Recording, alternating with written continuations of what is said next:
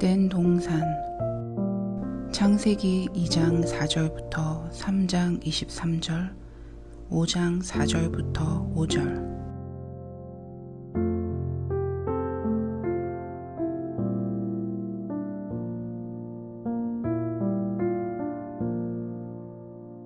하나님께서 아름다운 세상을 창조하셨어요. 그곳에는 산과 나무와 호박 그리고 하마도 있었어요.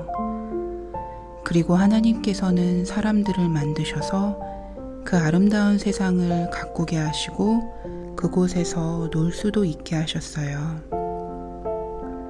하나님께서 만드신 사람들은 바로 아담과 하와였어요. 아담과 하와는 하나님께서 만드신 세상을 아주 좋아했어요. 그곳은 콩, 배, 포도가 맛있게 열린 아름다운 동산이었거든요.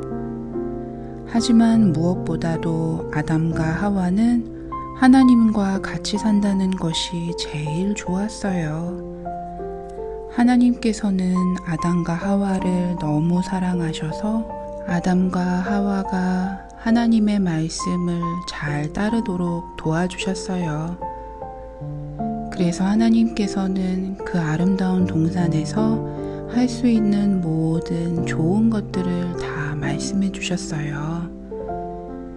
그리고 해서는 안 될 것들에 대해서도 말씀해 주셨어요. 하나님께서는 아담과 하와에게 동산 가운데에 있는 나무를 보여주셨어요. 그리고는 저 나무에서 열린 열매는 먹으면 안 된다.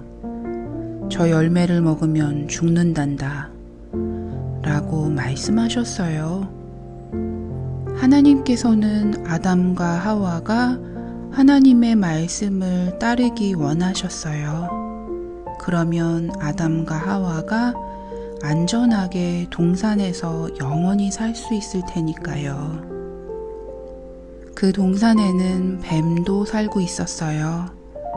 그 뱀은 모든 동물들 가운데서 가장 나쁘고 비겁했어요. 뱀은 하나님과 하나님께서 만드신 세상을 싫어했고 하나님께서 만드신 사람들도 싫어했어요. 어느 날 뱀이 하와에게 말했어요. 하와야, 너는 왜 동산 가운데에 있는 나무의 열매를 먹지 않니? 그러자 하와가 대답했어요. 하나님께서 우리에게 저 나무 열매를 먹으면 죽으니까 먹지 말라고 하셨어. 뱀이 다시 말했어요. 저 열매를 먹어도 죽지 않아. 대신 하나님처럼 모든 것을 알게 되지.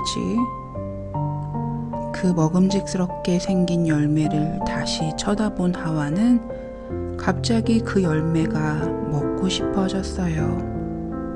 하와는 중요한 선택을 해야 했어요. 하나님의 말씀을 따라서 그 열매를 먹지 않을 수도 있었고 하나님의 말씀을 듣지 않고 먹을 수도 있었어요. 결국 하와는 그 열매를 따서 먹었어요. 그리고는 아담에게도 주어서 먹게 했어요. 그들은 하나님의 말씀을 따르지 않았어요.